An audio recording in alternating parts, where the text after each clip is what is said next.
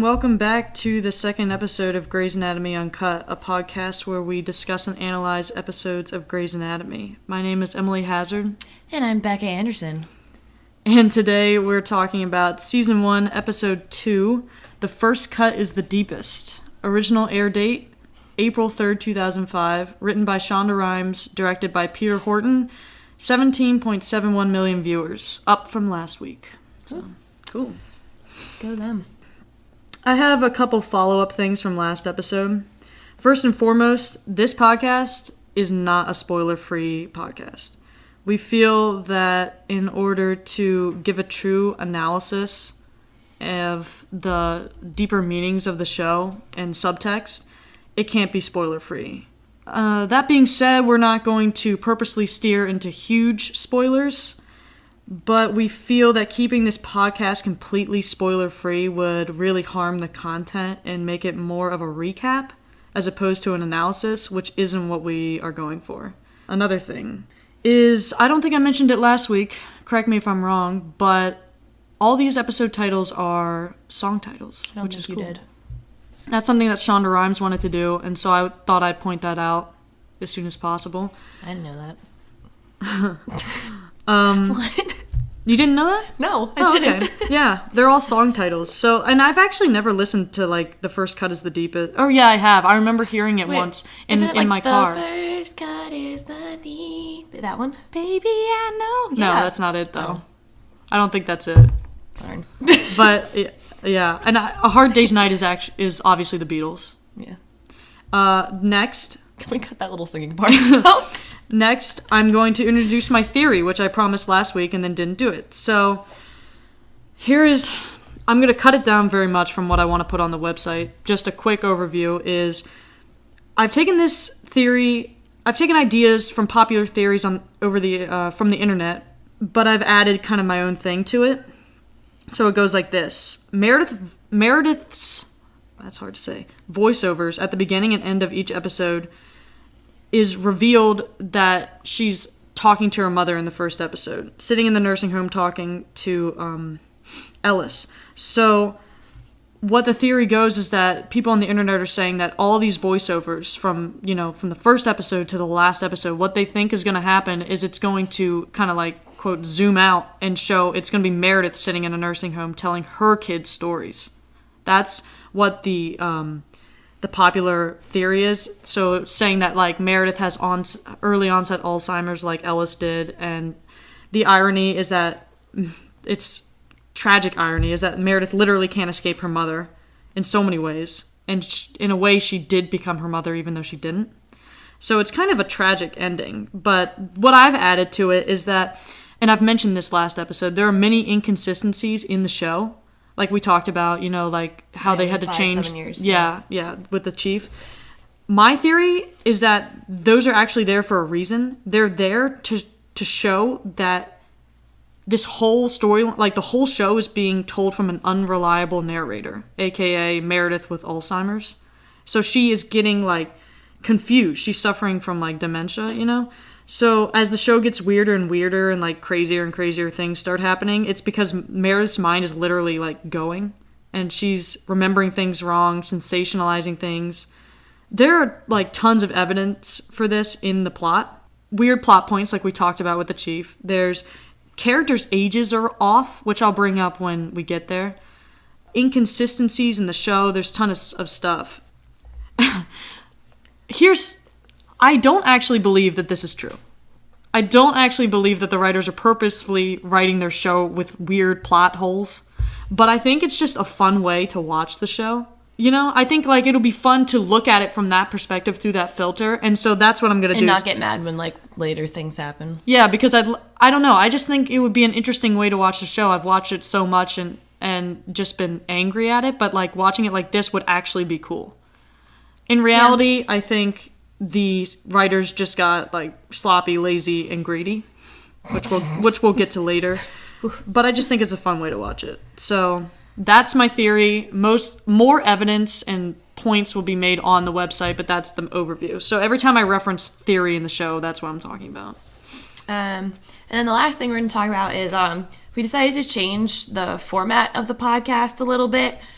So each episode we're gonna start kind of with like the overview from last time, kind of like what we just did, and then we're gonna do like opening remarks. We put best moments in the beginning, and then we're gonna do like general forum. We're also adding in patient rankings, and keep in mind we're doing patient rankings as more of the storyline about them and not necessarily like, like if the patient's a good person or not. Like we're not gonna take in like if they're like a killer or something, but if they have a really good storyline and they like do a lot for like the other characters, like then we might like them more, but it's not necessarily like a morality thing. Morality? Yeah.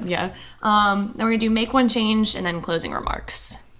Okay, so after all that, let's jump into our opening remarks. Do you want to go first? You can go first.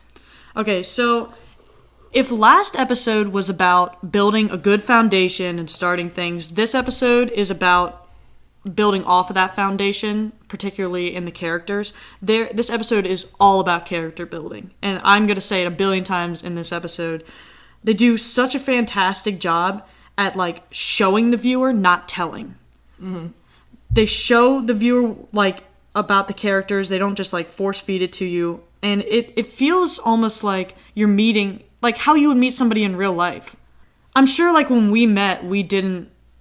like it's not like, hi, I'm Becca, I like this and this and this and this and this. And like you kind of get to know someone. Yeah, we didn't exposition to each other about ourselves. We like got to know each other, So it's like getting to know someone through their actions and through like what they do and not them blatantly like spelling out like who they think they are. Yeah, and they do such a good job of that in this episode. It seems like they really know where they're going with the show, but they're not rushing to get there. It's not like the writers, are thinking, this is where we want the show to go, and we're just gonna, like, rush through all this. We're gonna introduce all the characters as fast as possible. We're gonna, get to know them quickly. They're very good at doing it slowly in a natural way and making it really feel like real life. That's what I love about the early seasons, is how realistic it feels. That's what I feel is missing from, like, modern television. On a more superficial level, there are some really interesting camera shots in this episode, continuing from last week when I said they're really trying something here. There's amazing music, some really good one-liners, some classic speeches. So yeah, excited to talk about it. Yeah, that's kind of exactly what I was thinking. This episode just builds so many characters. I think the best character development in this episode is with Izzy, because we really didn't get to know her in the first episode. But this one you get so much character development, and I feel like this is the episode that really kind of started making Izzy one of my favorite characters. So yeah, I don't know. I don't really have much to add off of what you said. All right, you want to jump into best moments? Sure. I only had 4, so you can do your 5th one first, and then we can do, like, countdown. Right, okay. So my 5th one, again, was a song, Somewhere Only We Know by Kane, I think. Keen? Keen? I don't know. I think it's Keen. There's an E in it. I'd say Keen. The reason for that...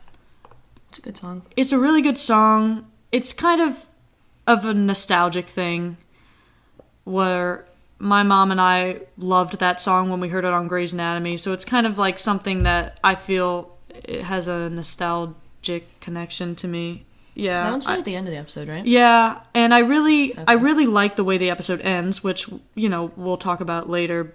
But yeah, that's why. I didn't really have a huge reason. Mm-hmm. You want to do your number 4? Sure.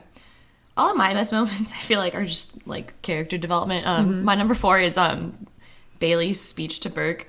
I don't know why, but I feel like that just sets her tone very well. You definitely got hints of it in the first episode, but that was as soon as, that whole speech when she's just like, you're my boss, and he's like, you have 30 seconds, and she's like, all right, here is what it is. Here's what I think of you, and just completely... I don't know. For me, that just really gave us Bailey's character just blatantly and was like, this is how she's going to act for, like, the entire rest of the show. That is one of the best scenes in this episode for character building, in the sense that they show and don't tell.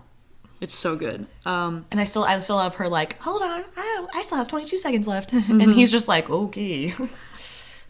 Just to, like, pause for a second, I'm so glad that we are actually doing this, like, together, because mine tend to be more of, like subtle things in the episode. Like, all my top moments tend to be, like, music or, like, subtle quotes or, like, the way that they shoot things, and yours tend to be content driven, so it's like we balance each other really well. So on that note, my number 4 is the quote by Cristina. Look, I'd rip your face off if it meant I got to scrub in.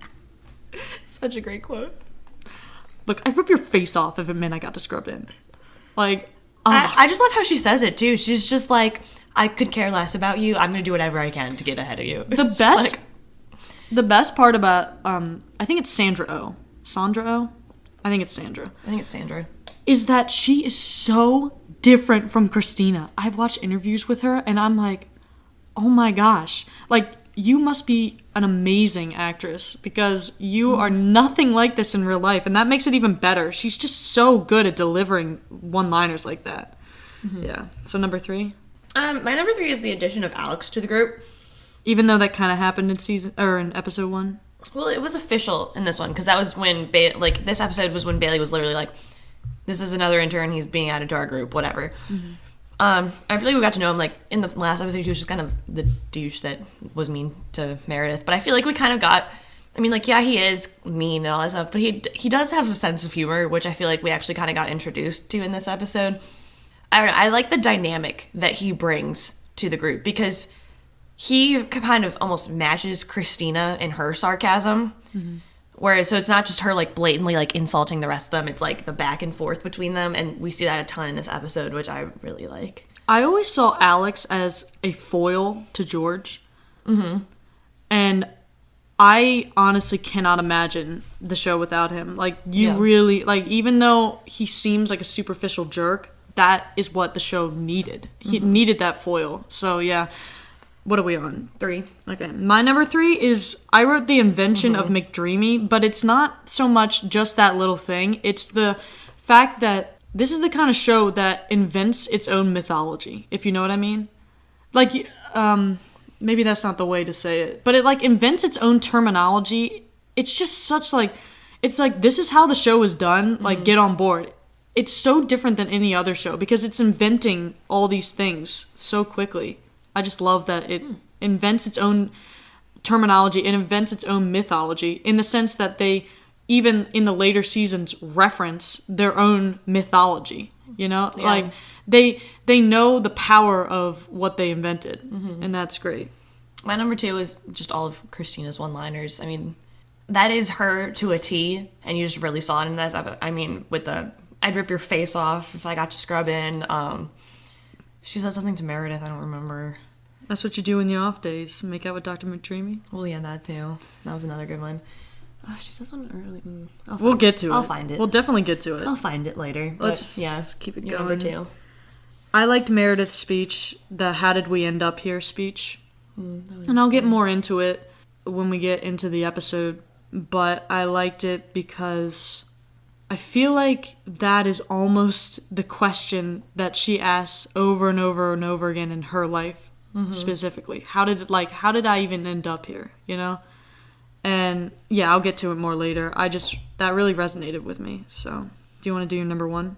Yeah, my number 1, I mean, our number 1s were kind of similar. Mine was the whole storyline with Izzy and, I believe she was Chinese. Yes. Yeah, because she was speaking Mandarin. Woman and her daughter. And for me, that was just, again, like I said, last episode, I think Izzy spoke like twice. So you really didn't, all she was is like, oh, that's the model doctor. Like, that's kind of all you really got.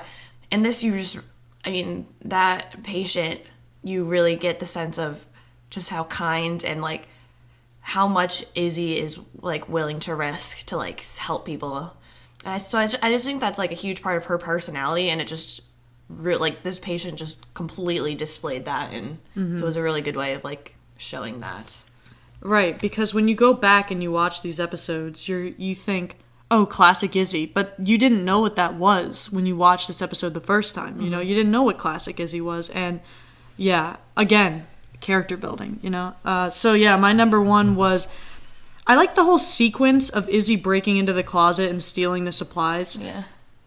Again, you know, mine's more of the way they shoot it, the way the camera works. I love how the song that's playing in the background, because it really adds something. I feel like it's almost like an act of defiance. I don't know. I think that it was a great Izzy character building moment, and we'll talk about it when we get there. But that whole sequence, it was almost like, you know how I was obsessed with the sequence last week of Meredith, like, going down the hallway while the music plays, and Bailey's like, you page me as soon as you get there, not in the 5 minutes. Yeah, that whole sequence, and then she goes throws up next to a tree. That's kind of how I felt about this sequence, too. It's great, but we'll talk about it more when we get there. So, that's best moments. Anything else you want to... Any honorable mentions or anything? I think that's pretty much it. We can just go into the episode now. All right, our general forum. We start off with You Wouldn't Like Me by Tegan and Sara. They write a lot of music they write a lot of music that was used on Grey's Anatomy. I've definitely heard of them before. One little thing I wanted to add is when you look at the little flyer Meredith posts the up, roommate flyer. She wants non-smoking, non-Bush supporters with no pets. Which I think shows its age, but also it's Shonda Rhimes kind of in a creative way saying, like, I'm a liberal. You know, like, I always like it when writers do that, when they, like, creatively... Just subtly, like, put in. Because, I mean, that's not something, like, I didn't even notice until you put that in. Like, you wrote that down. I didn't even notice it, because, like, right, it doesn't even flash on the screen. It's, like, maybe on the screen for, like, a second, but you can't really read it that fast. So it's kind of funny. Then she has a good voiceover. It's all about lines. I kind of like, I don't know, one of my things with this episode that I really noticed this time, I think it helps because we have, like, the whole dialogue written out, so I, like, actually could read it while I was watching the episode. I really liked how it started with her, like, monologue kind of, like, thing. And she was all about, it's all about lines, like, you have to, like, make boundaries, like, all this stuff. And then as the episode goes through, it's kind of showing that, yeah, you need those boundaries for some things, but you don't need them for, like, it's not always good to have boundaries. And then I kind of like how the last voiceover, which we'll get to, is like, you know what, like, yeah, they're good, but they're not, like, you don't need them all the time, like, or, like, you know what I mean? If that makes any sense. I think I'm actually going to read this voiceover, because it's pretty short. Yeah. It's all about lines. The finish line at the end of residency, waiting in line for a chance at the operating table, and then there's the most important line, the line separating you from the people you work with. It doesn't help to get too familiar, to make friends. You need boundaries between you and the rest of the world. Other people are far too messy. It's all about lines, drawing lines in the sand, and praying like hell no one crosses them. And I read that because I think it'll be important. I'm probably going to read the ending speech, too. I just like how it shows how Meredith kind of thinks, and then she goes through the episode, goes through all of these things, and then it's at the end, it's her realization that it's, you know, yeah, some boundaries are good, but, like, it's not good to, like, it's good to get familiar, like, to make friends with the people you work with and that kind of thing. So you kind of... That's what makes you human. As I say, you almost see her development through the episode in addition to, like, through the season. Yeah. That makes sense. And they do that with every episode. They're so good with that, especially in the early episodes. I don't know. For me, it was always hard to kind of, like, I'd, like, listen to the voiceovers, but then I'd kind of, like, forget them by the end. And so this was kind of cool, like, having them, and I, like, read it. And then when she was going through the last voiceover, I was like, wow, that's so interesting. It was, like, it was her development from, like, what she thought in the beginning to, like, what she, I don't know. I thought that was cool. So the first scene is she's, you know, trying to get, obviously, roommates. I just love this. Where were you when the Challenger exploded? The what? The space shuttle, Challenger. I think I was in kindergarten. Exactly. No. And I wrote, like, I always thought this interaction was hilarious, but I never understood it because I thought that Meredith was supposed to be the same age as this other chick, and aren't they both interns? Like, why would she know and, like, the other chick wouldn't? See, my thing is, I think it was supposed to show maturity-wise, because it's like what I said, I like put an example, but, you know, like, I was in kindergarten when 9/11 happened, but, like, I still remember it because it was something. So I feel like it's supposed, like, she's almost, like, testing her to be like, is this significant? Like, do you, like, are you at the same maturity level or, like, intelligence? Not, like, intelligence, because obviously they're both smart. She's a doctor. Well, initially I had that as something from my theory, because I was like, well, maybe she's remembering it wrong. Meredith was with Alzheimer's, remembering it wrong. Yeah. But now that you mention it, I think I like the way your interpretation even better, because last episode we were tallying pretty much every time that Meredith showed maturity when other people didn't, and this is just another one. So that's good. Izzy and George trying to get in on Meredith's roommate thing. And her trying to bribe Bailey, which... Just the way that the 5 of them interact. I wouldn't mind another shot. I mean, if everyone else is. George. Ugh. And then I like Bailey's whole thing is she's just so blunt with them and it's just like, stop. Like, I know you all want surgery. I don't care. And then her whole thing is, I love her, like, do I look happy? No. Why? Because my interns are whining. And it's just like, I don't know. I feel like nowadays people are just, like, we all tiptoe kind of around each other. Like, you don't want to just be like... You want to be politically correct all the time. Not even, like, politically correct. I feel like everyone just has this level of, like... It's almost people think being honest is, like, not being respectful. Which, like, I can understand, like, how it can not be respectful. But it's just funny because, like, she's just so, like... No, you can't. I don't care. Like... And it's so very unlike any of the other characters in the show because she's just, like, whatever. And, yeah, I don't know. I thought it was funny. I love her. And then the last, no one holds a scalpel until I'm so happy I'm Mary freaking Poppins.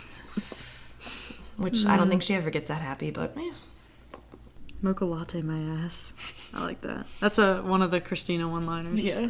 And then we follow Meredith into the elevator where Dr. Shepard is waiting. And I don't know why the accent came out for that, but we have this dialogue. Do you want to do the dialogue real quick? Sure. Do some dinner theater? Theater, not theater. Theater? All right. Do you want to be Derek or Meredith? I don't care. What do you want to be? I'll be Derek. Okay. Seattle has ferry boats. Yes. What? Yes. I didn't know that. Been living here 6 weeks. I didn't know there were ferry boats. Seattle is surrounded by water on 3 sides. Hence the ferry boats. Now I have to like it here. I wasn't planning on liking it here. I'm from New York. Genetically engineered to dislike everywhere except Manhattan. I have a thing for ferry boats. I'm not going out with you. Did I ask you to go out with me? Do you want to go out with me? I'm not dating you, and I'm definitely not sleeping with you again. You're my boss. I'm your boss's boss. You're my teacher, and my teacher's teacher. And you're my teacher. What? I'm your sister, I'm your daughter. You're sexually harassing me. I'm riding an elevator. Look, I'm drawing a line. The line is drawn. There's a big line. So this line, is it imaginary, or do I need to get you a marker? So, like, I wanted to do the dialogue for that one because... I just love the back and forth between them. them. Yeah, it's instantly so good. And in an interview recently with Patrick Dempsey, he said it was instant chemistry right from the start. Like, right from the beginning, it was just such a pleasure to work with her. And I just wanted to outline how good that dialogue is. They're so good plus at the writing. whole ferry boat. Yeah, like... Metaphor. Again, it's one of those... Metaphor? It's like they're coming up with... Well, it'll become a metaphor. But they're coming up with, like, their own, like... I'm going to use mythology. Because it seems like... Yeah. Like, their own terminology. Like... And in season 3, it becomes a huge metaphor for Meredith and Derek. The ferry boats. And, yeah. I'm your sister, I'm your daughter. That was so great. Yeah, and one of... I think it's, like, the first elevator scene. Mm-hmm. But anyway, she crosses that line very quickly. And makes out with him. Which, I mean, from a first viewing point of, like, first time viewing the episode, that's a big moment. I'm not going to linger too much on that. I think we should just move on. Mm-hmm. They kept the clip going, and then the lady missed the elevator. Did you notice that? Yeah. She was like, ah, and then, like, threw her arms up. So then we meet the first patient, who's a rape victim. And so Meredith comes in. Oh, we forgot to mention the shoes from the beginning. Oh. Whatever, we'll mention it now. So it's a 20-year-old female. And she was found in the park, rape victim, and she's definitely been beaten up. Badly. And one of the things that really lingers in the scene is Meredith sees the girl's shoes, which are... They're kind of like these, like, flat, like, what would you call it? Cheetah print? Yeah, shoes. Leopard print. They're so weird. But they're the same shoes Meredith has, and so that kind of makes her, like, hesitate for a second, because she sees them almost right when she walks in the room, and, like, the nurse is asking her, like, what do we have to do? And Meredith is just kind of staring at these shoes, like, I have those same shoes in my locker. Mm-hmm. I have a little bit on this. All right. This is still one of my favorite ER scenes from the whole show, and they have countless numbers. The way that they shoot Meredith really close up, you can really feel that she's freaking out. the shaky cam when showing Allison, it was almost like be afraid, like this is scary, you know, and they do such a good job of showing that. Not just that Meredith is afraid, but like something horrible happened to this woman. It's like they shoot her almost like they would shoot a horror movie, and it's because something horrible has happened to her, and I like that. I think it's also kind of cool because I feel like some doctor shows almost like glorify kind of what it's like to work in a hospital. They're kind of like, oh, look at this, it's fun and everything. And this is like, no, it's real. Like, yeah, it's fun sometimes, but like there are really hard cases, you know, and there's tragic things that you see on a daily basis, and it's not all fun and games. It's real life. Or on a lot of shows, they try to make it as gory as possible. Yeah. Just to get the viewers, which this show will later. Ugh.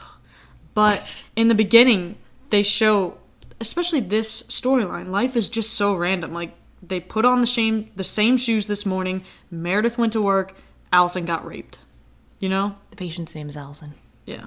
Which you didn't know that yet. And I think that was the whole point, is that it's something that could happen to you in your life. Fair, yeah. It's something that could happen. Like, you could wear the same shoes. People buy the same shoes. Yeah. So, yeah, let's move on. No one wears the same shoes as me. Anyway. Blah, blah, blah. They go into the surgery. And Derek and Burke are operating on this girl. Mm-hmm. I think I really like, you know, they're talking about this patient, and they're like, wow, like, look at her. Like, you know, she obviously tried to fight back. And then Derek goes, just tried to, you know, like, rape came back negative. She kicked his ass. Mm-hmm. And then Burke goes, so we have a warrior among us. I think it's kind of cool. Like, they're obviously like, you know, like, this girl is awesome. Mm-hmm. But then I also kind of love Meredith when she just goes, Allison. Her name is Allison.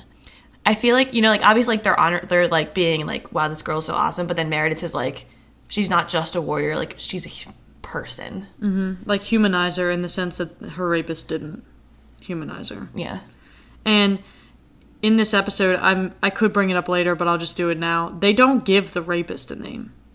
Mm-hmm. It's something that I noticed. They don't give him a name. They don't give him one line of dialogue. Mm-hmm. They don't let him be a person, and they emphasize the fact that she is a person. So, mm-hmm.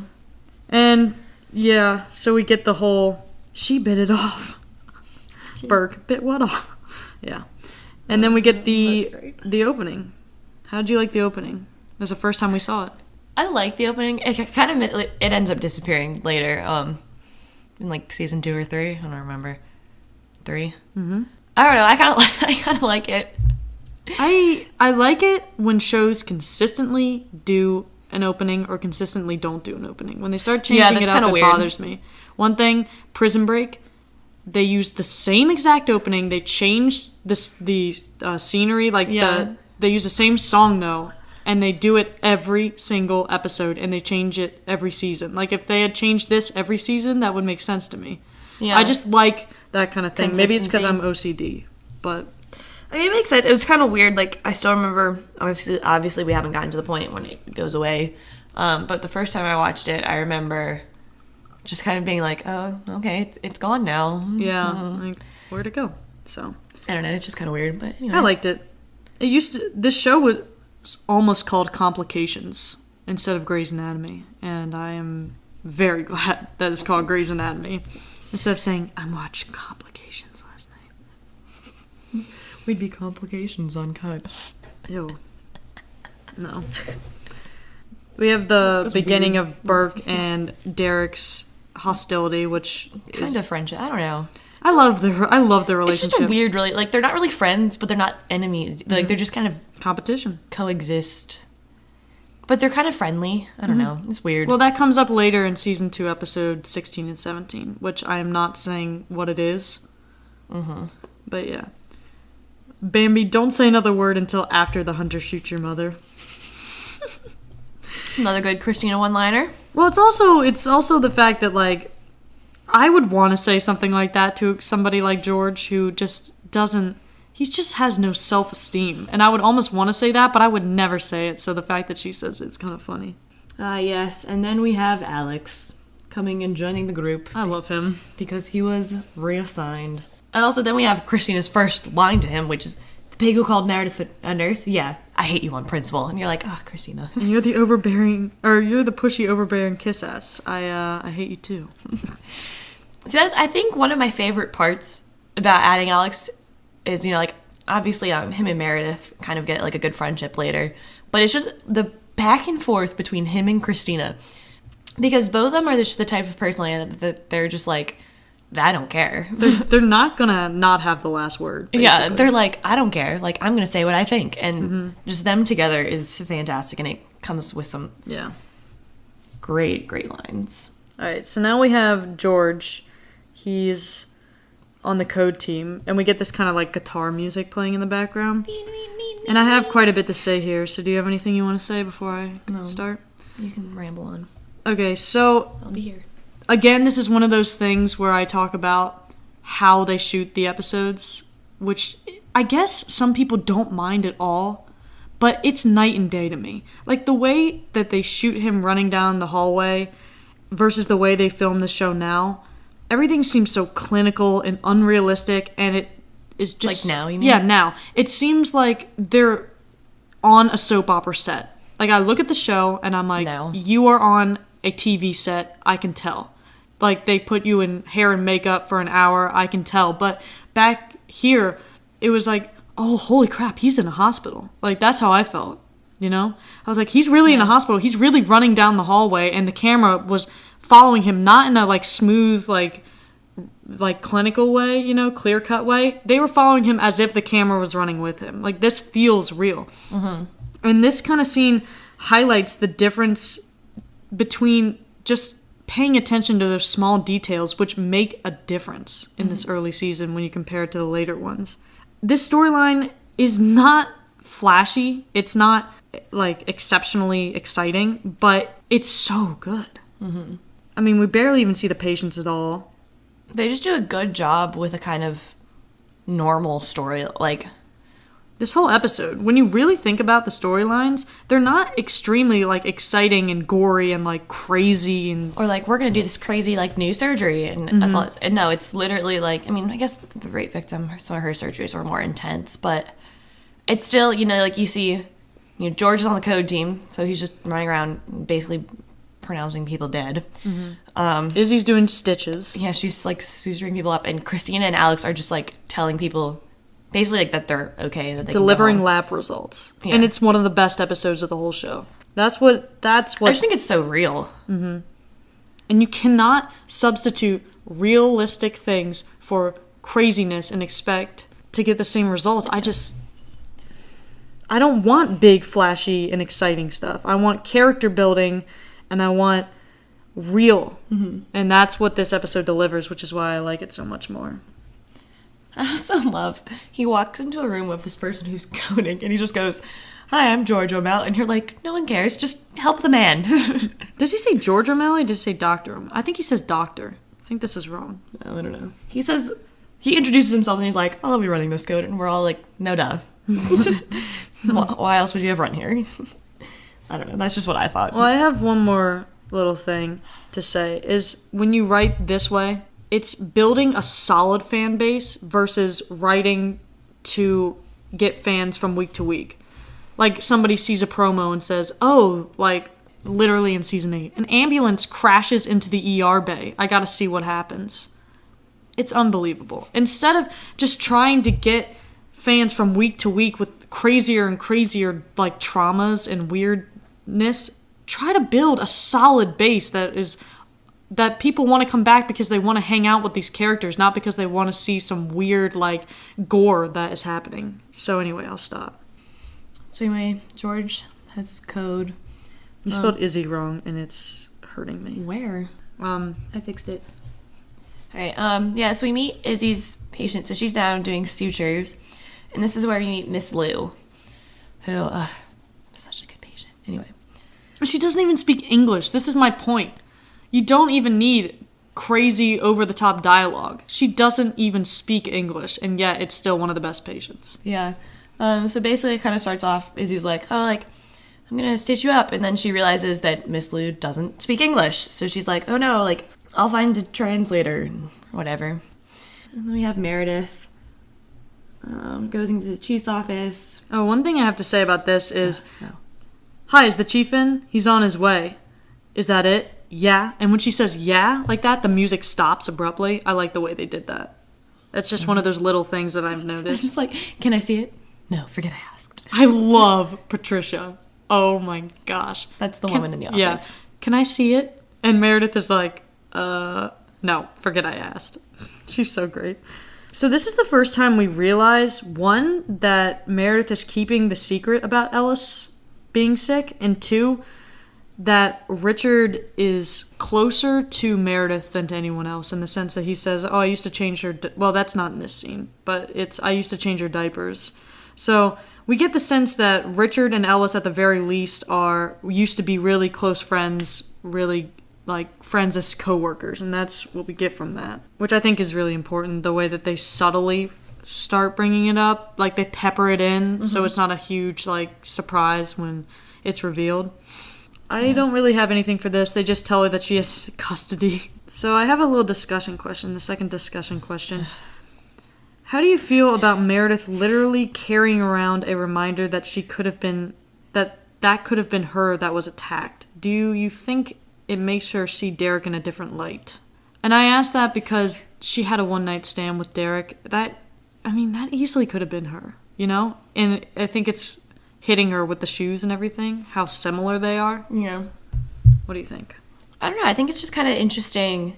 You know, it brings up the point of just, you know, life is so unexpected. You know, you just never really know what's going to happen.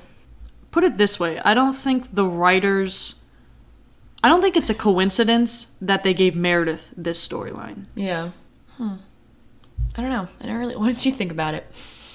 I have some stuff later, too, but I think it's very subtle in the sense that I've probably seen this episode in the upper 40s, and I didn't think about it until the last time watching it. I was like, wow.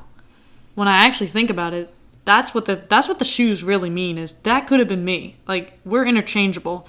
And in that sense, Derek is, quote, interchangeable with this guy. Yeah. And the fact that she had this one-night stand, it's like, I don't know, maybe it brings it back to the lines. Like, what if he crossed that line, you know? Yeah. I think it was just like an eye-opening moment for her, and it's scary for her, so. I think it's also kind of cool that it is so subtle, because really until you, like, ask this question, I never really thought of it as her carrying around a reminder that it could have been her. Like, I always just kind of thought it was like, oh, it's funny because she's literally carrying around this tiny cooler all day.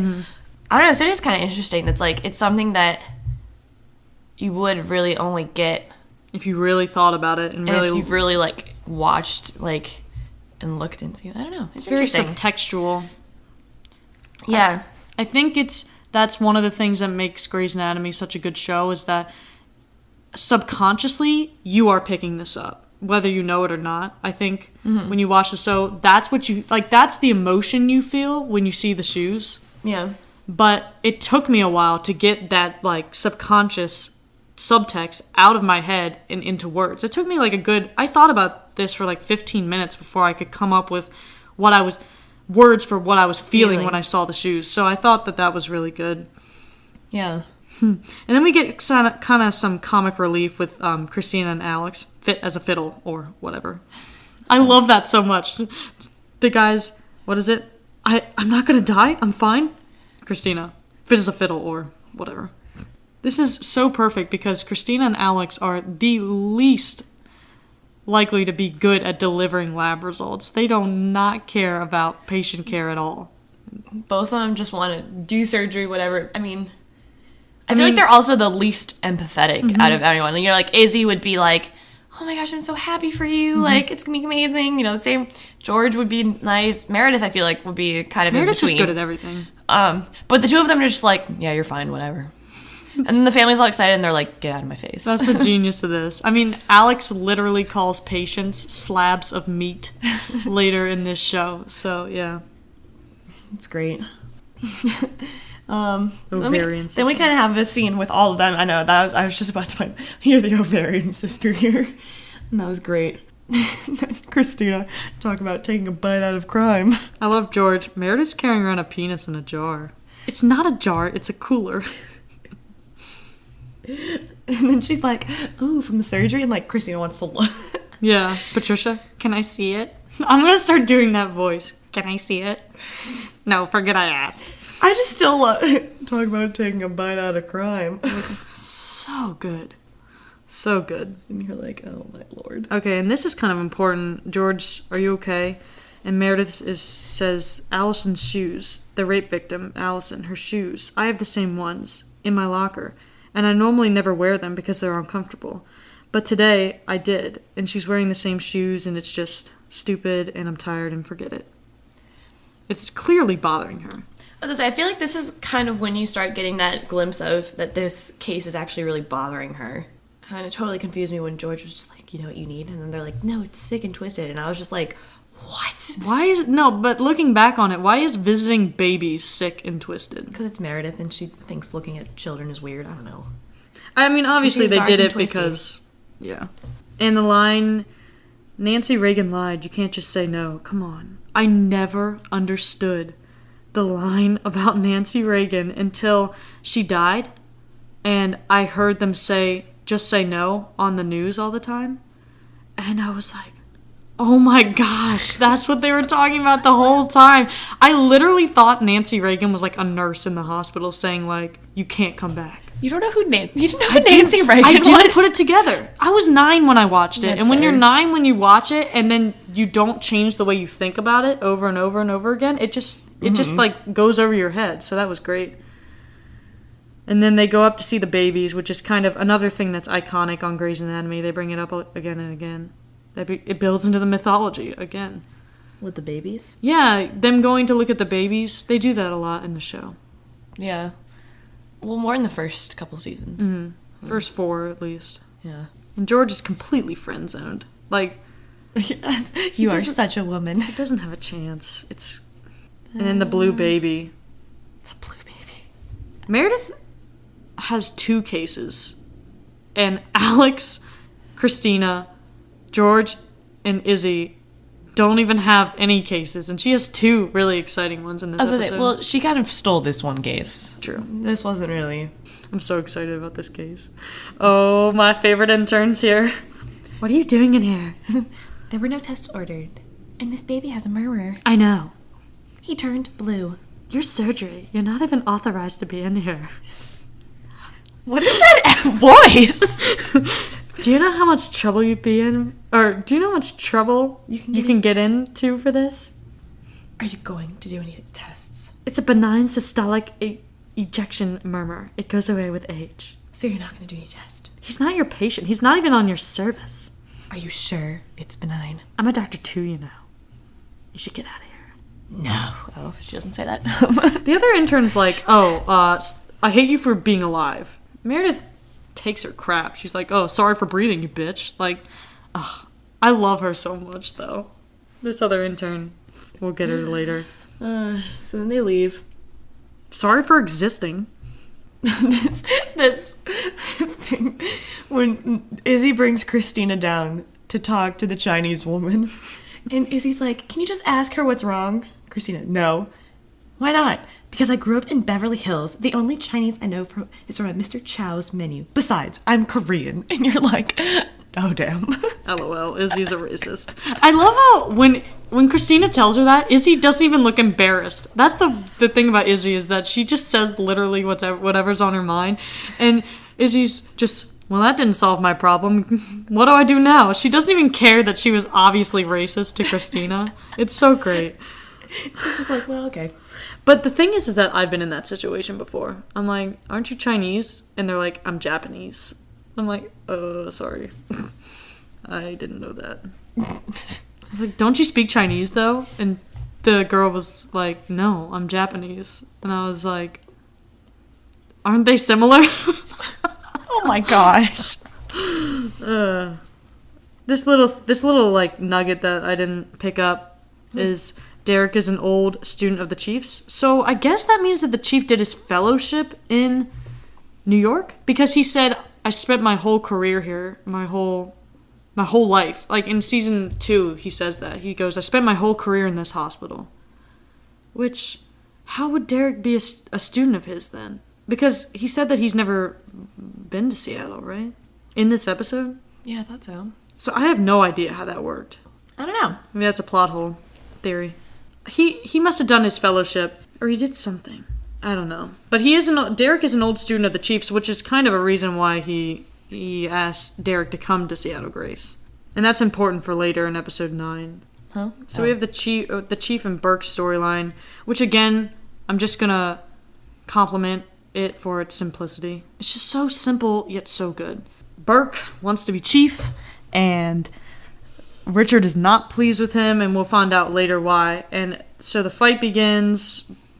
We'll get into that later. I think it was super interesting, just in this scene. It makes you're like, why? Like, it makes you want to know why. You're like, what do you do? And I think that's so interesting because, Weber actually goes, like, ask me why I'm not so sure about you. And Burke just walks away, and I'm kind of like, why did you just walk away? Why did you? Yeah, it's killing you. You gotta know. Great. But it's also, like, in his situation, like, I'm like, why? Like, if someone was literally like, I don't believe, like, that you're right for my job, I'd have been like, why? Why? Mm-hmm. And Burke just walks away. Yeah. Another, again, character building for Burke. Great. Interesting. Don't people get sick anymore? Cristina. Another great one-liner. Cristina and Alex. I feel like they could be, like, best friends, though, because of the way that they talk to each other. But I think they're just too similar and they hate each other. Mm-hmm. So then they make a bet to see who can do the lab results faster. And one of the things that I love about this thing is that they overlap Alex's voice with Cristina talking. So they, like, ADR it. And then they also ADR Christina's voice over Alex. So if you watch it closely, it's Cristina talking. Her words are coming out of Alex's mouth. It's great. It's kind of like scary. I also just love because all they're telling these people, like, they could have just gone in and be like, hey, like, all your results were negative, you're fine. But they literally go into, like... They have to, though. I know. But it's literally like, a comprehensive workup did not reveal any vascular abnormality. And it's, like, going into all this stuff. And you can visibly see on screen, like, even, like, I was confused. But on screen, the patients and their families are just like, what the hell are you talking about? Well, also, I find it funny. It's a medical show that doesn't take itself too seriously. Like, a lot of times...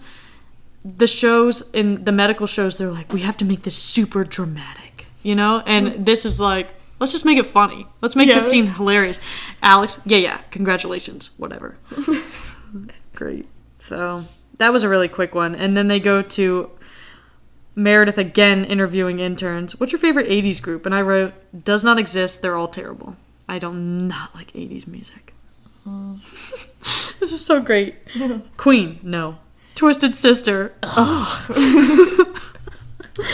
the guy who says Twisted Sister comes up later in the show. I love him. I love all their, like, tertiary characters that they just bring back every once in a while. It's not like there's a right or a wrong answer. And she's like, there is. And there's most definitely a wrong answer to that question. You monster. I like how you wrote that.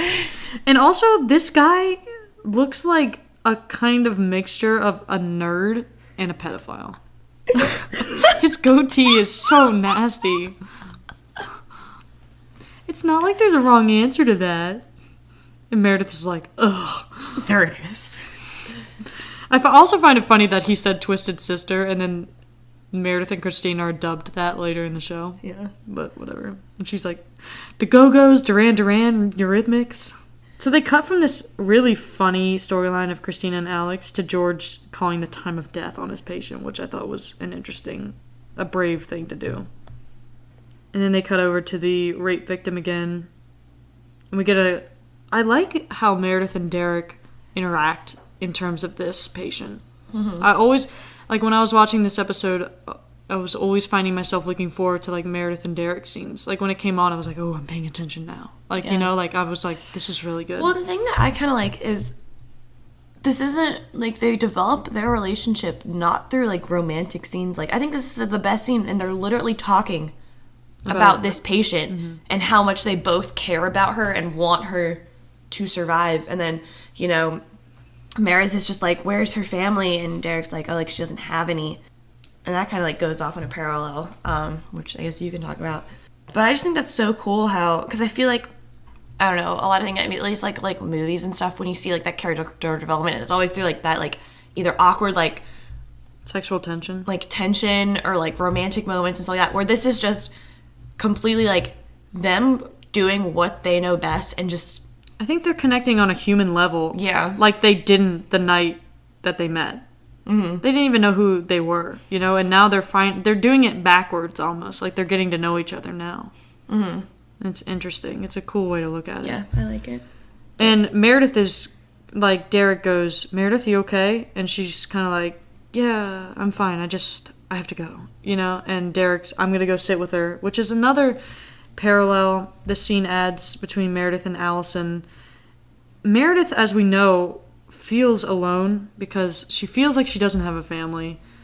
She was wearing the same shoes. To some degree, Meredith took the same risk as Allison did with Derek in the one-night stand.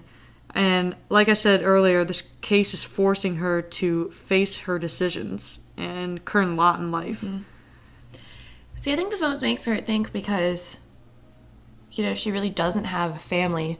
And in the beginning, she was talking about, like, you need to have those boundaries, like, keep all those people out, keep your friends out. And I feel like this case is really making her question that decision because it's like, this girl literally has no family, no friends. And so she's like literally, like, no one is really worried about her, which is so sad when you think about it.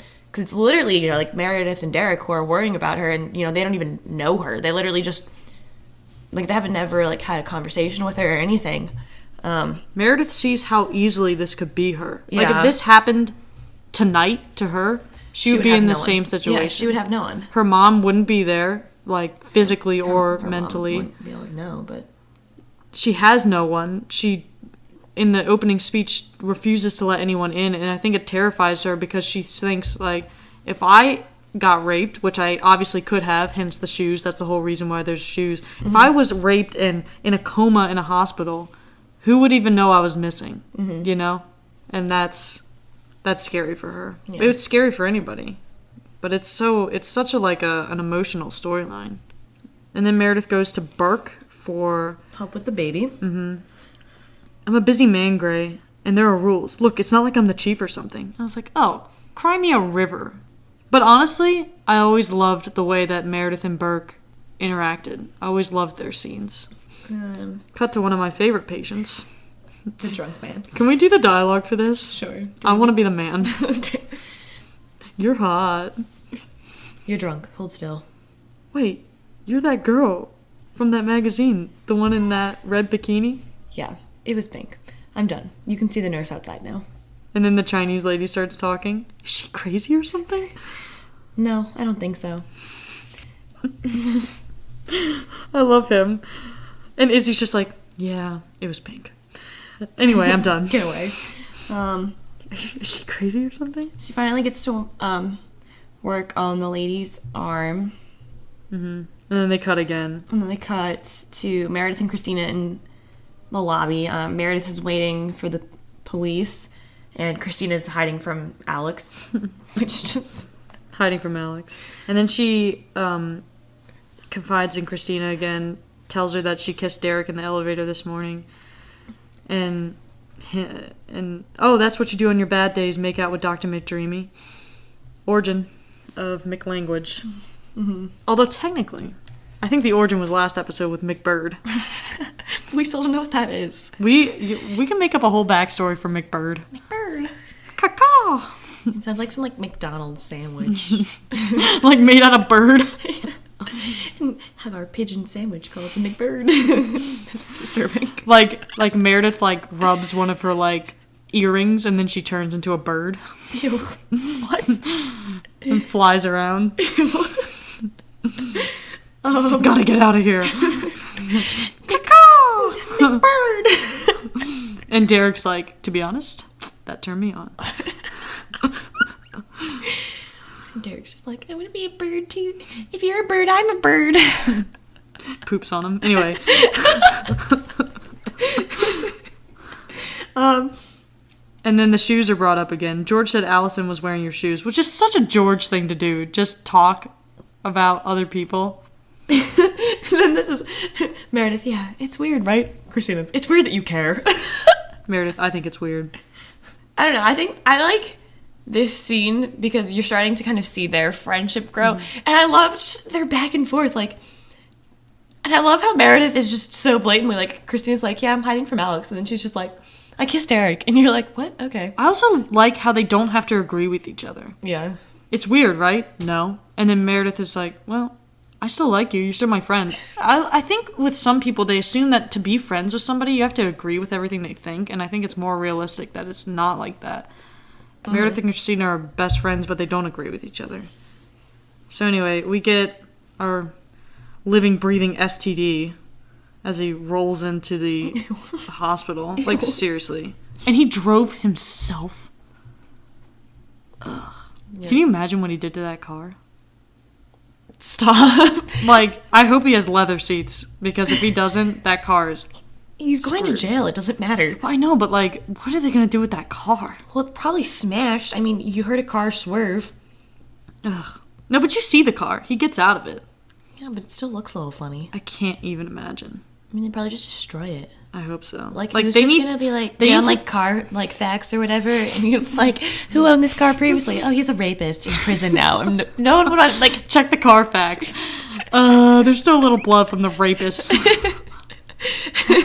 What? They really just need to, like, dump a bunch of gasoline on it and set it on fire. Ew. Burn. Alright. I fixed that up myself. Sucks. Just, like, throw a match on it and it just explodes. Anyway, we should keep going. Like a total badass. Anyway. So then Meredith, I guess, kind of finds out that he's the rapist. Tells Bailey, and Bailey's like, ooh, let's get him into the ER. Meredith, you call the chief and let him know we got the rapist. Mm-hmm. And then... I think we can... I have to say my favorite... Well, we have a couple of good Cristina one-liners, because they're in the OR. Bailey's operating on the rapist. Then Cristina, we have, sew him up minus a large part of his family jewels. And you're like, okay. And what's his outlook?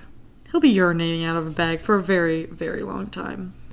I just love... Not to mention he'll never be able to have sex again. Oh, too bad. Shame. And then Bailey, let's all take a moment to grieve. Clamp. I love how they dehumanize him and they humanize Allison. See, I think what's so cool is the OR scene here with him...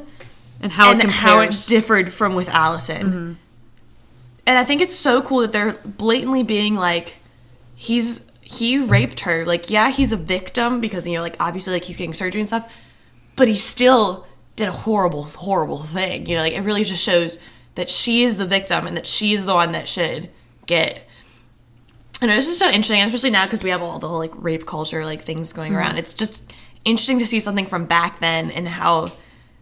You know, even they saw, like, there was a difference between the victim and, like, the perpetrator. Mm-hmm. Yeah. Because I feel like they do. So many people nowadays blame the victim, and they were so blatantly, like, it was not her fault. Like, it's totally his fault. I don't know. So anyway, that kind of brings me into I think it's the third discussion question. The rapist really only has 2 brief scenes in the episode and no dialogue. He is also never given a name. How do you feel about the fact that they didn't linger very long on his character? I think we already answered this question a lot. I don't think we need to linger too long on it. Again, I'll just say I like how they, not so much that they dehumanize him, but they humanize Allison, and they don't even give him a name, and I think that was definitely not a coincidence. Mm-hmm. They don't even let him try to talk or explain it. I don't think that's a coincidence at all. I think that's also them showing, you know, doing something wrong is doing something wrong. I mean, they don't even give him the light of day. Like, you know what I mean, though? Because it's not like, I feel like if they had given him a story, then people would have been, like, felt bad for him. It's like, you know, like, no matter what your background is, you still did something wrong. Mm-hmm. Well, also... so it really doesn't... I mean, like... Also in the sense mean, that I think later in the show, and I know I'm really hard on the show later on for... good reason, but I think later in the show they would say, oh, we have a rapist, we have to milk it for all the drama possible. And in this episode they're like, we're not even gonna give you the light of day, you're not gonna talk, we're gonna, like, not even give you a name, and nobody's gonna treat you with respect because you don't deserve it. We're not gonna try to, you know, like, make this super dramatic. This is how it is. It's simple. You did something wrong, we don't like you, we will never like you. And I kind of like how they do that. They don't try to make it dramatic. Mm-hmm. So let's move on because we're kind of running long. I said just something about... Oh, actually, I do want to talk about this. When Burke goes, why? You really want to know? And then the chief goes, you do only exactly as much as is necessary. You never take an extra step. You never give an extra minute. You're comfortable and arrogant, and it doesn't impress me. You want to be chief? Earn it. That's so great. That's not what I was expecting either. Again, because I thought when I was watching it, I thought, oh, it's going to be something big and dramatic. Like, remember that time you almost did this? Or I thought it was going to be something big and over the top, but it was something so simple. I feel like it's also just interesting because when you think of, you know, who you'd want as a chief or something, you want someone that's going to follow the rules and do all that stuff. So it's interesting that Weber's almost like, you only do exactly what's necessary. Like, it's just interesting, and I think it just shows how they differ in their sense of surgeons, because I feel like Weber is the more, like, passionate and, like, I want to do everything I can for a patient and, like, help whenever I'm needed and stuff, whereas Burke is like, I'm going to follow the rules, I'm going to do what's necessary. Like, so I think it's just interesting. It like shows their different like surgical techniques. The chief gave up everything for this job. Yeah, his whole life is the job, which is not good. But I feel it's almost like conditioning Burke to be like, you can't do like exactly what's necessary. You have to give everything to this job. Mm-hmm. And he doesn't think he's ready. Not that I think Derek's ready either. No, but I think Derek is almost kind of a way to get Burke to get, to like notice it and like. Mm-hmm. So anyway, let's move on. Again, another great Alex and Cristina scene. I think pairing him up with Cristina for the first time we really meet him was a genius move, because they just play off each other so well. I'd rip your face off if it meant I got to scrub in. And I have a kind of another discussion question. What would you rip somebody's face off to do? A Klondike bar? That question's a joke. What would I rip somebody's face off to do? I have to think on that. Probably to live. It's kind of scary. Yeah. But anyway, let's keep going. They have one of their tunnel scenes. I love the tunnel scene. Oh, poor Izzy, turning away patients. Boo-hoo. So the police called, and they said they can't send the crap crime scene guy down for hours. So that means I have to spend a night with the penis. Alex, don't say it. That's too easy anyway. That's what she said. I'll say it. And then they get the classic, who here feels like they have no idea what they're doing? Everyone raises their hand, except Alex. Except he should have, but whatever. He's just too cocky. I mean, there's nothing like super deep or meaningful in this dialogue. It's just, they're so good at just writing for these characters. Or like the little things when George got the chips out of the vending machine. Meredith stole them. And then at the very end of the scene, Bailey's the one that ends up eating them. They don't ever do anything like that anymore. It's just funny. And I just... Mm-hmm. But anyway. And here we go. I am so excited for this scene. Do you want to introduce it? Sure. So now we have Meredith back up with the babies. And she sees the parents of the little baby boy that she's worried about. The blue baby. Yeah, the blue baby. It just sounds horrible. That makes him sound like a blueberry. Like that girl from Willy Wonka. What was the song that went along with that? Like the oompa, oompa, doompa dee doo. That one, yeah. I've got another puzzle for you. That's cute. And so then we have the paeds intern coming in, which, you know, Emily loves. And she looks up and sees Meredith talking to the parents. Oh, please. Oh, please. You are so out of line. This girl, I love her. Oh, please. I can't get over that. Oh, please. I don't even know how she said it, but it is amazing. I need, like, that to be a vine that plays over and over and over again. Yeah. I think this case is really interesting because, you know, obviously, like, Meredith is out of line. Especially talking to the parents, you know, behind not only the intern, but the residents back. Mm-hmm. Not even on her service. Or, like, in her... But I think that's also just interesting. It just shows how much she cares about people. You know what I mean? Like, not many surgeons would do that. Like, Cristina would not do that. Oh, no. Cristina would only do that if she thought that it would give her surgery. That's why I think Meredith is kind of like the everyman, because she is, in a way, a little bit of all the other interns. Yeah. Shonda Rhimes, when she wrote the show, she said, each intern is part of my personality, and each man on the show is a kind of ideal man that she would want, like the perfect man, but like they're all different in a different way. So she thinks that each intern kind of is part of who she is. But what I'm saying is I think Meredith, if you study her, like she is a little bit of Izzy and a little bit of George and a little bit of Cristina, all in one, and Alex. But anyway, so Bert comes in and saves her butt. I like I don't have all day. You're a busy man. I'm a busy man. I like that. And then I have I think it's 6th discussion question. Initially, Isaiah Washington auditioned for the role of Derek Shepherd, but Ellen asked for him not to be casted because she was in an interracial couple outside the show and didn't want to also be in one at work. Do you like the vibe between these two? I do. It's just it's interesting. Like, I feel like there isn't a lot of scenes between the two. Like, obviously, like, they're not best friends or anything. But just kind of when they do, you know what I mean? Like, they, I feel like they get how to joke around. Like, even this scene, like, when she's like, you're a busy man, and he's like, yeah, I am. Like, it's, like, little subtle jokes and stuff like that, so I kind of like that. I honestly can't picture him as Derek. Well, here's the thing. If he was reading as Derek, would it feel different than him being Burke? I mean, obviously. I can't picture him as But Derek. there are subtle moments, like him in, again, season 2, episode 16 and 17, where Meredith and Burke get pretty emotionally heavy scenes together, and I really like the way they interact.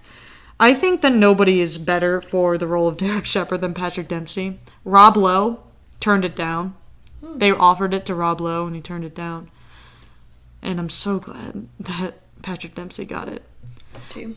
Makes me wonder what would have happened if he was casted as Burke, or cast as Burke. What would have happened when he, went off the rails in season 3? Do you remember? In 2007, and he basically got fired. Yeah. I don't know if they would have covered it up if he was like the main love interest for Meredith. Yeah, it would have been interesting. Yeah, it would have changed a lot. Then we kind of get to Izzy's big moment of this episode. I almost said scene, but it is a scene. Izzy's just good. She's just such a good person. So Miss Lou comes back and he's like, what? And she's like beckoning for Izzy like to come with her. Izzy follows her outside across the street into a junkyard. It was kind of like where... Or like a dumpster. Yeah, it's where they put the dumpsters. And you see Miss Lou talking to a girl. I think that would be her daughter. I think it's her daughter. Yeah, well, we find that out later. And you realize, like, this daughter is injured. And she got a cut on the forehead. And Izzy says, don't worry, I'll help. You know, like, I'm not going to leave you out here in the rain and not do anything. And I wrote something about it shows she's just like so... Her humanity is what makes her Izzy, in a sense. But it also is the first little inkling of the slippery slope that she, she goes down until she eventually just falls off in season 2. And it's just the first little hint of it, but yeah. I think it just shows how far she's willing to go. Like because we find out later that this girl is illegal. So that's why she can't come into the hospital. So Izzy has to treat her outside. And I think that's just, which is really threatening to her. Like, if anyone finds out, she could lose her medical license. Like, and she just became a doctor, Yeah. So, but I think that just shows you how kind, like, she's just the type, like, even though all the other interns, like, obviously, like, Meredith's really nice and all that stuff, but I feel like it just shows, like, Izzy's just kind of, like, a step up from them. Is like, she's literally willing to risk it all to help anyone. And I think that's just really cool. I think one of the underlying themes of this episode is humanity. And they show it in Izzy, too. But let's move on to... Yeah. So, now we get Live and Learn by the Cardigans. And this is one of my favorite songs. This is the sequence with Izzy. I love everything about this, first of all.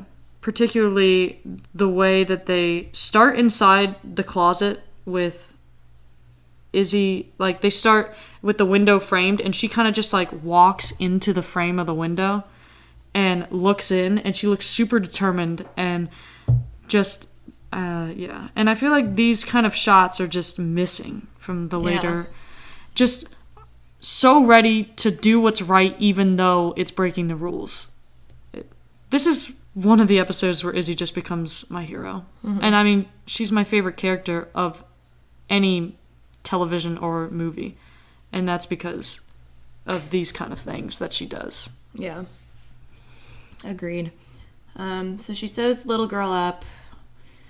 No, she's not that little. She's probably like... Whatever. The girl like a teenager. Up. Yeah. Whatever. We can go over this a little bit. Yeah. Mrs. Liu thanks her. Like, yeah. Again, not speaking English, but you still can understand. Totally understand. Yeah. Because humanity and love for your daughter goes beyond... It goes over all cultures. Mm-hmm. And that's something that's shown here. So now we have Wait by Get Set Go. That is one of the songs that made the CD, the first CD for the Grey's Anatomy soundtrack. Yeah, so then we have... one of your favorite scenes. Yeah. Well, I think it just... because this is the whole conversation between Burke and Bailey. And he, like, actually, like, is like, what do you think I'm too confident? And she's just, like, kind of at first, like, lying or, like, holding back the truth because, you know, like, he's her boss. And he's like, all right, like, you have 30 seconds for free, like, whatever. And she's just like, all right, and just kind of lays it all on him. You never think about anybody but your damn self. Which actually is kind of showing that what the chief sees, Bailey also sees. Mm-hmm. Which I think is so interesting. I also love how it just shows, you know, like, because she's technically under him. And she's technically only supposed to be, at most, a few years ahead of the interns. But I think it just is so funny how everyone fears her. Like, even later we see the chief fears her. Mm-hmm. And she's just like, like, and it's just, I love it. And she's like 3 feet tall, but she's not afraid to, like, take out your kneecaps. I don't know. I love her. Another classic quote by Cristina. I need a drink, a man, or a massage. Or a drunken massage by a man. What's wrong with you? She's just killing it this episode. Yeah, so now we're in the locker room with the interns. And George is upset because, you know, obviously a lot of the codes that he goes on, obviously it's basically like pronouncing patients dead, was what he kind of did today. Which, I mean, obviously it can be hard on anyone. Like, no except Cristina, apparently. Yeah. Which, yeah. And I thought that because you're George and I'm Cristina, great character building without just telling, like, I guess, I don't know. I just like this. I like this so much. It's good. Back to the paeds intern. Oh my god. Oh, please. Yeah, so the baby ended up needing heart surgery. And Meredith is just chilling in this rocking chair, basking in her, like, righteousness. And, like, just staring down the other intern with, like, this, like, shit-eating grin. It is great. She's like, yeah, I know I'm right. I'm gonna sit here and stare at you while you do the medicine that I told you to do. Oh, great. I also love how they're, like, she's literally doing that. And it's not even, like, she's not even, like, sitting in the rocking chair, like, she's sitting in that rocking chair just staring at this. She's not doing anything. Like, it's so obvious that she's just like, yeah, it was right. I don't know. She's like, now. Then they have this whole conversation that's just like, oh yeah, like, as an intern, I feel terrified. And it's like, oh, it's not just me. And they're like, have this conversation. And I'm like, Meredith, you are literally, like, putting her in her place right now. Meredith is just rocking back and forth in this rocking chair. Her head is, like, even back. Just, like, chilling there. And she's, it's so funny. I still love when she's also just like, we're not supposed to be right. And when we are, it's completely shocking. And it's just kind of like, yeah, except when I'm right. Because I'm awesome. And then she rubs her earring and turns into an eagle. Stop. McBird. Oh my god. Meredith and Derek. Oh, I have a little thing I want to say here. Yep, I have 4 sisters. Very girly, tons of kids. If I was in a coma, they'd all be here. I'd want them here. Having no one, I can't imagine that. So pissed. Let me just... I don't even know what to say. I'm not going to spoil this. But if you're interested in why I'm pissed at this, go watch season 11, episode 17. No. Oh my gosh. Is it 17? 21. Season 11, episode 21. And you'll understand. But I'm just going to move on. Thanks, Shonda. Okay. And then she goes, I can imagine having no one. And what are you talking about? What about your mother? She'd be around here ordering all the surgeons around. And Meredith kind of hesitates and says, that's true, I do have my mother. And you wrote such a lie. It's not... The thing that makes it so tragic is it's not a lie, but it also brings her no comfort. Having her mother has no comfort, you know? It's so sad. Yeah. And I wrote, Meredith has been deprived of family for so long that she has trouble letting people in, hence moving into her house. And so she draws these lines like she talked about. Mm-hmm. Then we have Meredith and Derek flirting a little bit. And then... Oh, there speech. was this baby up in the nursery. He's brand new. No one's neglected him or damaged him yet. How do we get from there to here? Oh, I wrote beautiful. Mm-hmm. Great line. And I wrote something about, like, the contrast in Meredith's patience is not a coincidence. The fact that we have this brand new innocent baby, and then we have this, quote, damaged rape victim. It's there on purpose to show, they're foils of each other, to show the differences of, like, how did this happen, you know? Or even question, how did this guy become a rapist? You know, how does something like that happen? Mm-hmm. And so, yeah. I mean, the whole point is he was an innocent baby. She starts to code. Derek has to do surgery. Starts to code. Yeah. Derek has to... Meredith. Caw! Turns into a bird and starts flying around. I like how they don't even show Allison's surgery. Like, it's not necessary. It adds nothing. Yeah. You know? That's good. And then I also found this interesting, how when Meredith and Derek are talking after the surgery, the camera lingers on her for the entire shot. It goes around Derek and lingers on her. And I found it interesting that they show her instead of Derek. They show Meredith reacting to what Derek's saying the whole time. So the camera's always on Ellen, which I find just like an interesting way.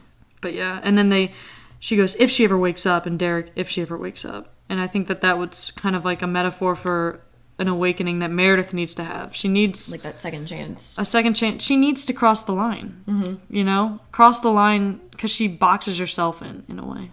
Let down the boundaries. Mm-hmm. Another great Derek and Burke little scene. And here's another discussion question. How do you feel about the Burke-Derek relationship? Do you think it adds something? I think it does. Like, I love Burke's line, because Derek, you know, goes, "Oh, keep your friends close and your enemies closer," and then Burke goes, "You're not the enemy. You're just the competition," which I love. I don't know. Well, it's also because that line, the "keep your friends close, keep your enemies closer," you're like, ugh.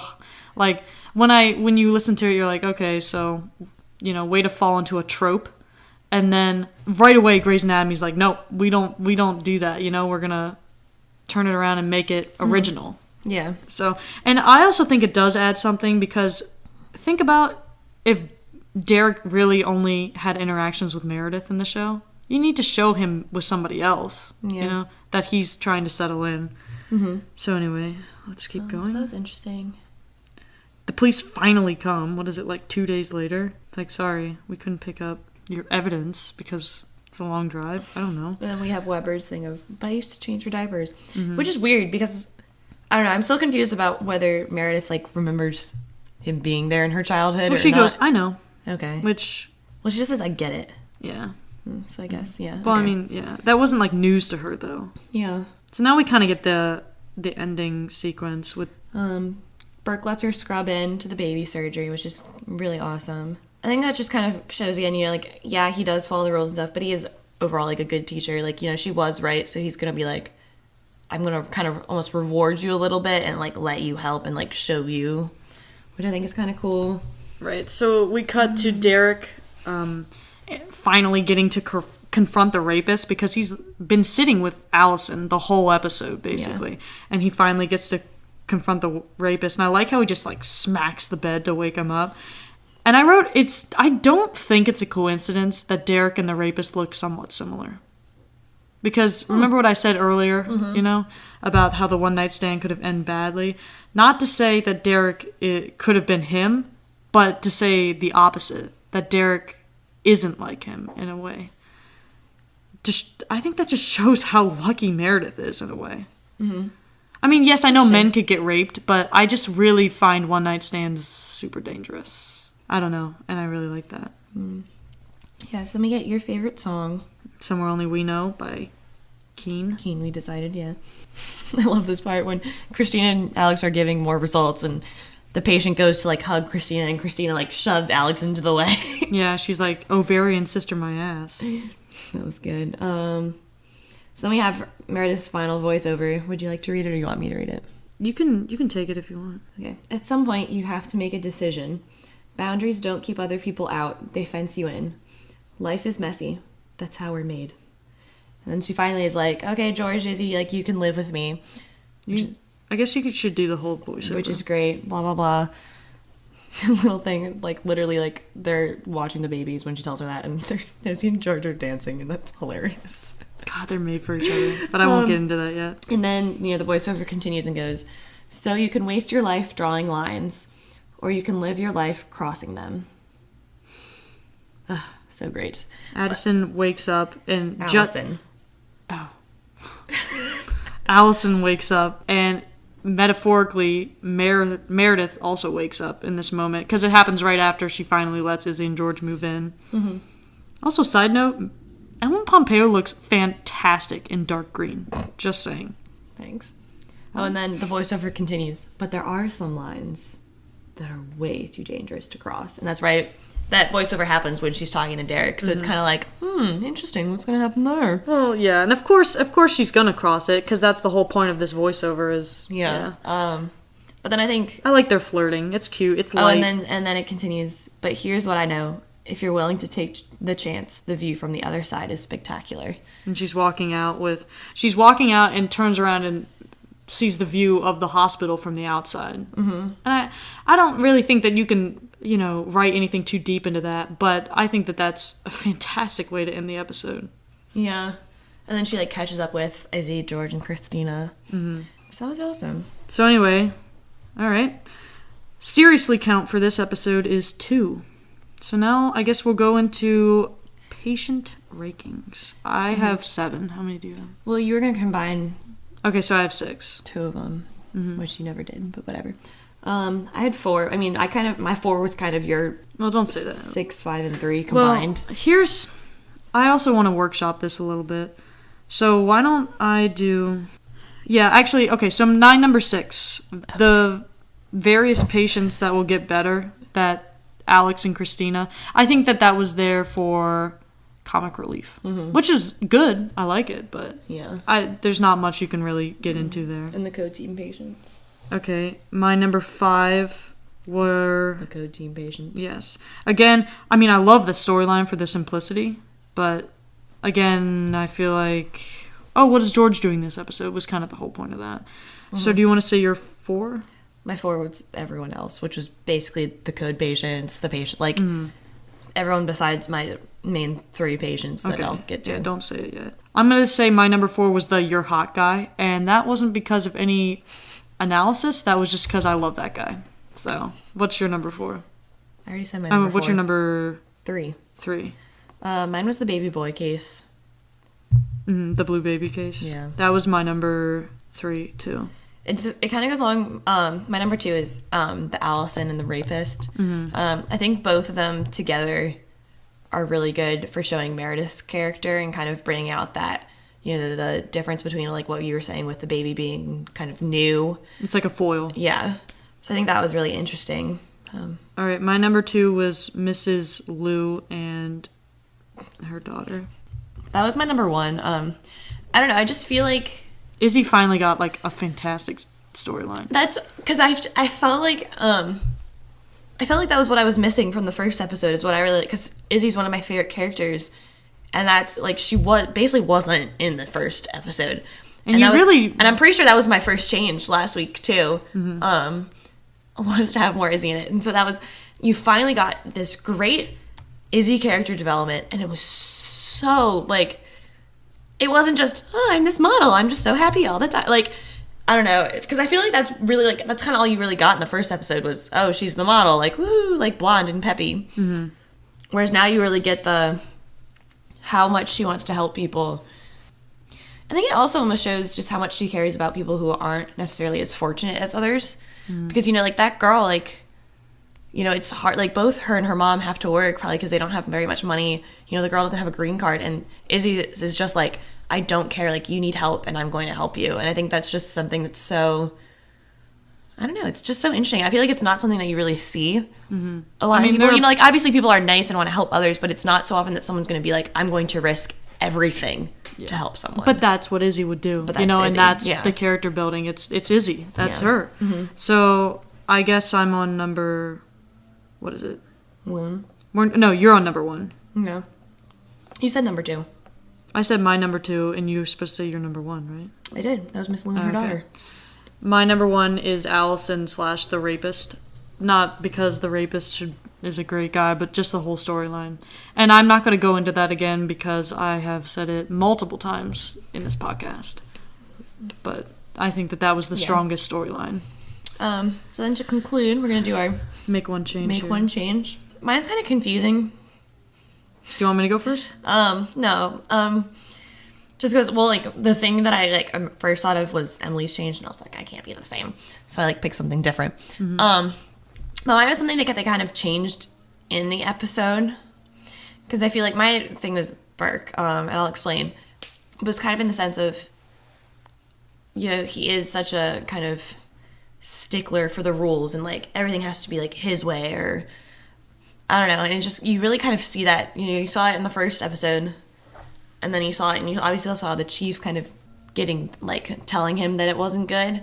And so I kind of liked how they showed that, and then they showed him trying to change it, because it also, like, for me, it just showed how much he cares about this, because, you know, like, most people would be like, yeah, I'm following the rules, I'm a great surgeon, whatever, like, I deserve Chief, but he was like, no, I want Chief so bad that, like, if this is what he wants for me, I'm going to change it, and I thought that was kind of cool. Mine is more superficial, probably just because I think that these episodes are nearly perfect, especially these first 2. I just wanted more Patricia.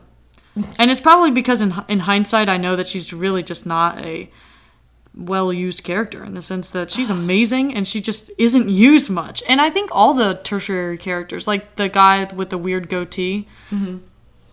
Well, I was gonna say, you know, another character they should have more? The paeds intern. Could you imagine if she became, like, a real, like, person? A real person. I can't. Oh my god. If she's a real person, because she's not imaginary. Like, could you imagine that? Just, like, every couple of episodes, just, like, bring her back, She and shows she's back just up, like, and she just like runs through a wall. Oh please, and then, like, goes out again. Meredith is like, not this chick again. That just reminded me. I was like, oh, that'd be so funny, but whatever. Yeah. Oh please, get me a coffee, Meredith. Meredith's just like, what the hell? Meredith's like, I wish I had my earrings. Oh my god! And then she could have worked with Arizona when she comes. Oh please. Or what if Alex just, like, kicked her butt? He's just like, get out of my way. I'm sorry. Okay. So, do you have any closing things? Any last things you want to say? Not really. I mean, overall, I just really liked this episode and the character development we got. You know, kind of as we were talking about, just from very simple plot line. You know, there's nothing extravagant. It's not like, you know, the hospital's not blowing up or whatever. There's not a huge influx of, like, all these horribly, like, damaged patients and all that. Like, it's literally, like, one person is suturing people. I don't know. It seems so normal, and I feel like that's... But I was on the edge of my seat the whole time. And that's when you really... You're so into it, even though what you're watching is, quote, boring. I feel like that's just also, like, just when you get to know people, you know? You're not out getting to know people when you're, like, doing something crazy or like, it's literally, like, you're gonna sit down and, like, and you're like, hey, what's up? I don't know. Yeah. That was weird, but... I think that this is the perfect second episode for the foundation that they built in the first episode. And I think that with these 2 solid episodes, they're, you know, they keep going. So anyway, next week's, we're going to be talking about Winning a Battle, Losing the War. It's written by Shonda Rhimes, and it's directed by Tony Goldwyn. So stay tuned. I'm excited about that one. So yeah, all right, that's all we have today. Thanks for sticking with us. Bye.